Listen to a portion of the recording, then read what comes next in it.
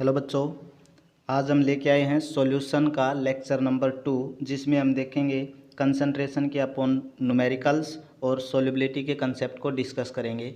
तो देखिए, इन न्यूमेरिकल्स को करने से पहले अगर आपने कंसंट्रेशन का कंसेप्ट नहीं पढ़ा है तो आप लेक्चर नंबर 1 जा कर के ज़रूर देखें, लिंक डिस्क्रिप्शन के अंदर दिया गया है। तो चलिए गाइज, बात करते हैं न्यूमेरिकल फर्स्ट की। तो देखिए, सबसे पहले न्यूमेरिकल फर्स्ट में हमसे पूछता है calculate the molality and mole fraction of 2.5 gram of ethanoic acid in 75 gram of benzene. देखिए गाइज, यहाँ पर हमें क्या दिया हुआ है, इथेनोइक एसिड दिया हुआ है 2.5 ग्राम, मतलब गिवन मास हमें दिया हुआ है सॉल्यूट का और सोलवेंट यहाँ पर क्या है, बेंजीन है, और बेंजीन का 75 ग्राम गिवन मास दिया हुआ है। हमें कैलकुलेट करनी है मोलैलिटी और मोल फ्रैक्शन। तो देखिए, सबसे पहले अगर हम मोलैलिटी की बात करें तो मोलैलिटी के केस में हमें क्या करना पड़ेगा। सबसे पहले देखिए, मास ऑफ सॉल्यूट हमने लिख दिया 2.5 ग्राम दिया हुआ है, मास ऑफ सॉल्वेंट 75 ग्राम दिया हुआ है, और उसके लिए मोलैलिटी के लिए हमें चाहिए number of moles of solute. और नंबर ऑफ मोल्स कैसे आएंगे, नंबर ऑफ मोल्स निकालने के लिए क्या करना पड़ेगा, given mass upon molar mass. अब हमारे पास गिवन मास है, मोलर मास नहीं है, तो मोलर मास हम कैलकुलेट करेंगे। CH3COOH इथेनोइक एसिड का मोलर मास निकालेंगे, जितने भी एटम्स दिए हुए हैं सबके एटॉमिक मास को जोड़ेंगे तो मोलर मास यहाँ से 60 ग्राम आ जाएगा। अब देखिए, मोलर मास अगर हम बेंजीन का निकालें तो वो 78 ग्राम आ जाएगा।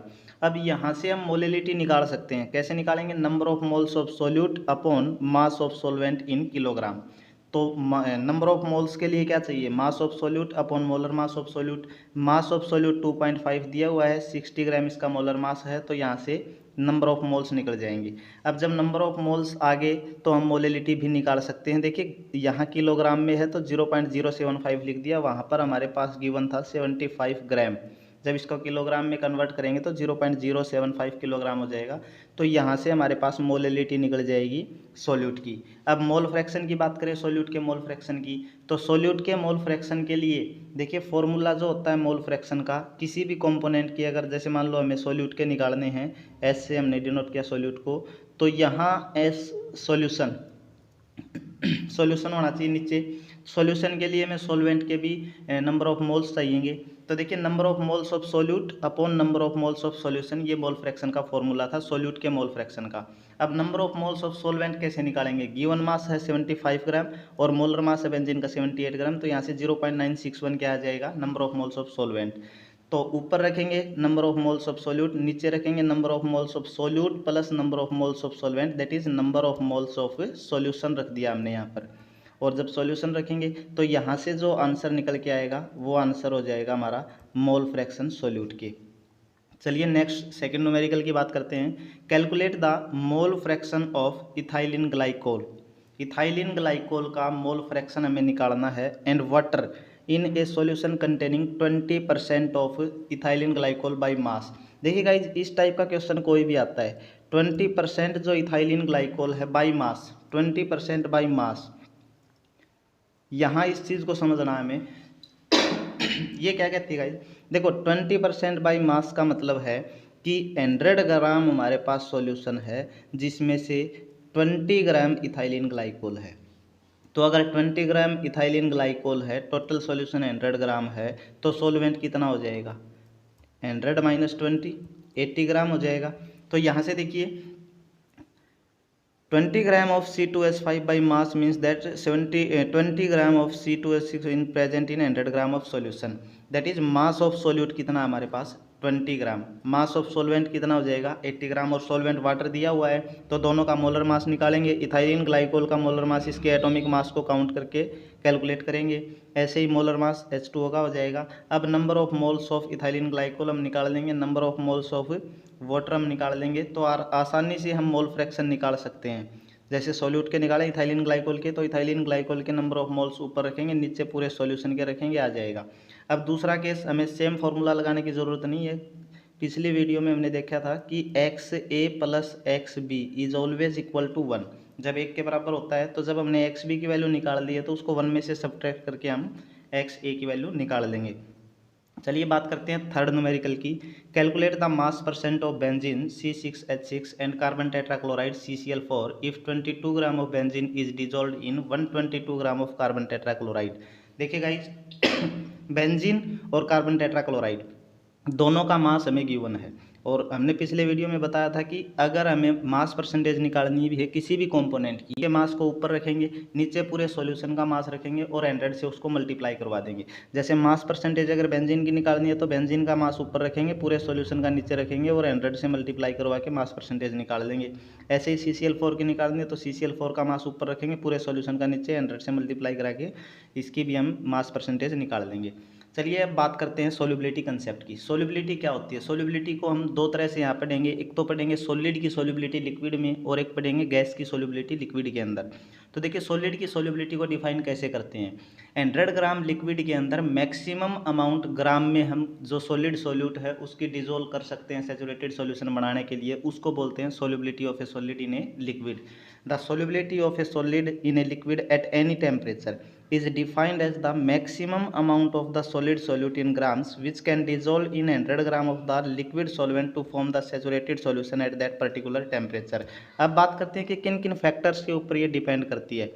तो किन किन फैक्टर्स के ऊपर ये डिपेंड करती है, उसमें सबसे पहले आता है nature of the solute and the solvent. Nature का सबसे बड़ा रोल है। Nature means like dissolve like, जैसे जो पोलर है वो पोलर के अंदर डिजोल हो जाता है, नॉन पोलर वो नॉन पोलर के अंदर डिजोल होता है। जैसे अगर हम बात करें NaCl है वो वाटर के अंदर डिजोल हो जाएगा, क्यों? क्योंकि NaCl भी पोलर और वाटर भी पोलर। ऐसे ही जो नेप्थलीन है वो बेंजीन के अंदर डिजोल हो जाएगा, क्यों? क्योंकि नेप्थलीन भी नॉन पोलर और बेंजीन भी नॉन पोलर। ऐसे ही कुछ इंपॉर्टेंट नोट्स डालें गाइज कि MgSO4 जो हुआ हाईली सोल्यूबल है लेकिन BaSO4 नहीं है। ये ऐसा किस लिए है? क्योंकि ये लैटिस एनर्जी और हाइड्रेशन एनर्जी के ऊपर डिपेंड करता है। जितनी ज़्यादा लैटिस एनर्जी होगी उतनी कम सोल्यूबिलिटी होगी, या हम ये कहें कि जितनी कम लैटिस एनर्जी होगी उतनी ज़्यादा सोल्यूबिलिटी होगी, और जितनी कम हाइड्रेशन एनर्जी होगी उतनी कम सोल्यूबिलिटी होगी। चलिए नेक्स्ट बात करते हैं इफेक्ट ऑफ टेम्परेचर की। तो इफेक्ट ऑफ टेम्परेचर में तीन तरह से है गाइज। एक तो ऐसे सब्सटेंस है जो टेम्परेचर बढ़ने से सोल्यूबिलिटी उनकी बढ़ती है लिक्विड के अंदर, कुछ ऐसे सॉलिड सब्सटेंस है जिनकी सोल्यूबिलिटी टेम्परेचर बढ़ाने से डिक्रीज होती है, और कुछ ऐसे सब्सटेंस है जिनकी सोल्यूबिलिटी में कोई चेंज नहीं आता टेम्परेचर बढ़ाएं या घटाएं। तो देखिए solubility of some ionic substance, कुछ आयनिक सब्सटेंस हैं जैसे NaNO3 है, KNO3 है, NaCl है, KCl है, इनकी सोल्यूबिलिटी टेम्परेचर बढ़ाने के साथ बढ़ती है। क्यों? क्योंकि इनकी जो प्रोसेस है डिसोल्यूशन की वो एंडोथर्मिक प्रोसेस है। तो एंडोथर्मिक प्रोसेस है तो जितना टेम्परेचर बढ़ाएंगे उतनी सोल्यूबिलिटी इनकी बढ़ती जाएगी। ऐसे ही कुछ सब्सटेंस हैं जैसे Na2CO3 H2O है, ये एक एक्जोथर्मिक प्रोसेस है, इसकी जो डिसोल्यूशन प्रोसेस है वो एक्जोथर्मिक है। तो ऐसे में अगर टेम्परेचर को बढ़ाएंगे तो सोल्यूबिलिटी डिक्रीज हो जाएगी। लेकिन CaCl2 6H2O है, जब इसको टेम्परेचर बढ़ाएं या घटाएं इसकी सोल्यूबिलिटी के ऊपर कोई फर्क नहीं पड़ता है, और इसकी जो स्टेट चेंज होती है एक कंपाउंड से दूसरे कंपाउंड में, जिस टेम्परेचर के ऊपर ये होती है उस टेम्परेचर को बोलते हैं ट्रांजिशन टेम्परेचर। एक इम्पोर्टेंट नोट गाइज कि प्रेशर का जो इफेक्ट है सॉलिड की सोल्यूबिलिटी के ऊपर लिक्विड के अंदर, अगर सॉलिड को हम डिजोल्व करते हैं तो आप प्रेशर का लिटिल इफेक्ट होता है, क्योंकि सॉलिड जो है वो हाईली इनकम्प्रेसिबल होते हैं, और हाईली इनकम्प्रेसिबल होते हैं तो इनको दबाया नहीं जा सकता, तो इसी वजह से प्रेशर का इफेक्ट बहुत कम होता है। चलिए नेक्स्ट बात करते हैं solubility of A gas in a liquid. अब गैस की सोल्यूबिलिटी को कैसे डिफाइन करेंगे? देखिए कोई भी गैस सेंटीमीटर क्यूब में जब एक यूनिट वॉल्यूम के अंदर डिजोल्व हो जाती है, एक यूनिट वॉल्यूम लिक्विड के अंदर डिजोल्व हो जाती है सैचुरेटेड सॉल्यूशन फॉर्म करने के लिए, उसको बोलते हैं solubility of A gas in a liquid. अब ये किसके ऊपर डिपेंड करती है? एक तो नेचर के ऊपर डिपेंड करेगी, जैसे नॉन पोलर जो गैसेज हैं H2O2N2 ये वाटर के अंदर डिजोल्व बहुत ही स्मॉल एक्सटेंट के ऊपर होती हैं, जबकि CO2 HCl NH3 ये हाईली सोल्यूबल हैं, क्योंकि नेचर अलग अलग हो गया, वो नॉन पोलर हैं ये पोलर गैसेज हैं। ऐसे ही टेम्परेचर की बात करें तो आपको पता है कि जब टेम्परेचर को बढ़ाएंगे तो गैस बाहर निकलने की कोशिश करेगी, ना कि उसके अंदर डिजोल्व होने की। तो सोल्यूबिलिटी टेम्परेचर बढ़ाने के साथ डिक्रीज होती है गैसेज की लिक्विड के अंदर। नेक्स्ट अगर बात करें प्रेशर के इफेक्ट की, तो पूरे प्रेशर के इफेक्ट को हम एक लॉ के थ्रू डिस्कस करेंगे। हेनरी लॉ इम्पोर्टेंट है, उसकी लिमिटेशंस, उसकी एप्लीकेशंस, वो सब हम नेक्स्ट वीडियो के अंदर डिस्कस करेंगे। तो आज इस वीडियो में हमने कुछ कंसंट्रेशन टर्म के ऊपर न्यूमेरिकल किए हैं और सोल्युबिलिटी के कंसेप्ट को डिस्कस किया है। उम्मीद करते हैं गाइज आज की वीडियो आपको अच्छे से समझ आई होगी। अगर वीडियो अच्छी लगे तो इसे लाइक करना, फ्रेंड्स के साथ शेयर करना। जो स्टूडेंट्स हमारे साथ नए जुड़े हैं वो चैनल को सब्सक्राइब जरूर कर दें, और जो अभी तक जिन्होंने सब्सक्राइब नहीं किया वो भी चैनल को सब्सक्राइब जरूर कर लें। Thank you students.